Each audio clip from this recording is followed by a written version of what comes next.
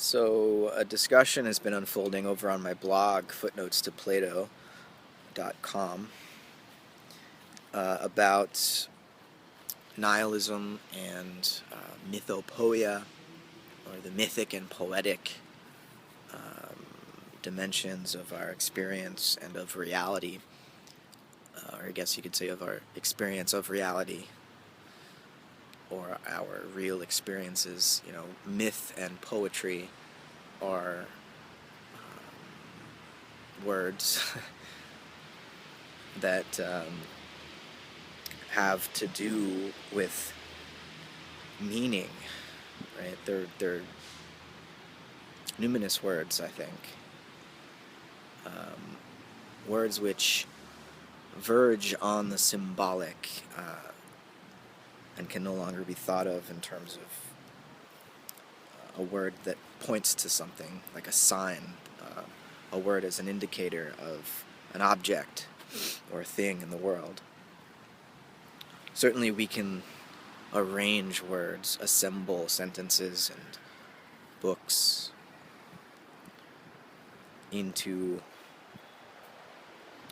descriptive patterns. That's what science is really doing with its applied mathematics and experimental physics. It's attempting to make language point at things in the world. It tests the pointers, by running them into the world, running the world up against them, designing experimental conditions, reflecting upon those experiments in order to articulate theories meant to explain the results of those experimental conditions. And we can achieve a high degree of accuracy, and I think for 400 years or so, modern Western, by which I mean European and Anglo-American, natural science has achieved a tremendous, a miraculous degree of accuracy in the language that they use to describe nature, the world of empirical observation. But of course, in the 20th century, a kind of a limit was reached, where with quantum theory in physics and incompleteness theory in logic and non-Euclidean geometries and mathematics, this limit was reached where we recognized that science, let's say in the case of quantum physics, had to deal with inherent uncertainty, but it could deal with that uncertainty with a high degree of statistical predictive accuracy. So we can't know the position and momentum and velocity of an electron at the same time.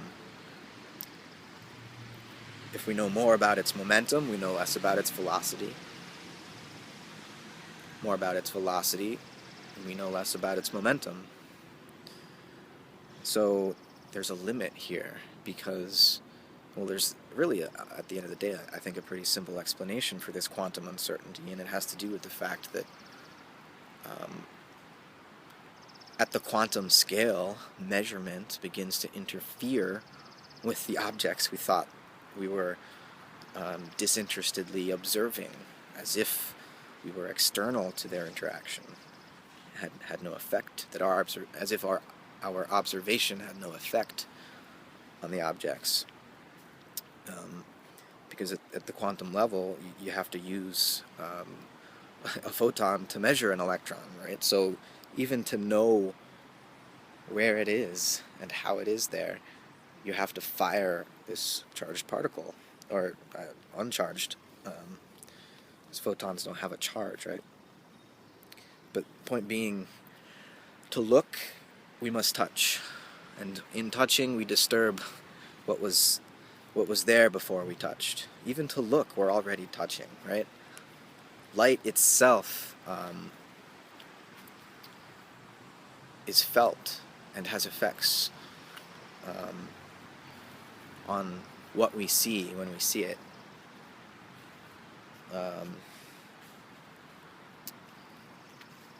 So it's not some strange, mysterious thing. I mean, there's uncertainty in quantum physics for the same reason that, you know, when I gaze at another person, they can gaze back at me, unless I'm looking at them on a camera. But when we're in a pre-electronic society, when I look at another person, they can look back at me. So my experience of looking has never been, I guess at least until video, a private affair. To be watched, or to watch, I would have to allow myself to be watched. But now, we can all watch anyone from the privacy of our own homes. So that public dimension to gazing and to looking has been, in some sense, drastically altered. So a technology like this iPhone, and a social network like YouTube, there are forms of consciousness that are possible for us through the interaction with matter, right? Through things in nature like the camera and my organism, and its psyche, which is just to say its enactment, its mythopoeic enactment of a world. And see, this is where I think, instead of trying to do what science has done really so successfully and powerfully in the last few hundred years, by trying to force language into a kind of descriptive role, where it would be a clear and distinct belief held by a pure subject who disinterestedly witnessed a purely objective, external, mechanical, and so mathematizable, geometrically constructible external world. Instead of going with that Cartesian route with which modern science has always carried and depended upon, we can understand language in a more poetic, mythic, symbolic way, which is, rather than descriptive or denotative, is more expressive, carrying connotation and giving a sense for the context that is always left unsaid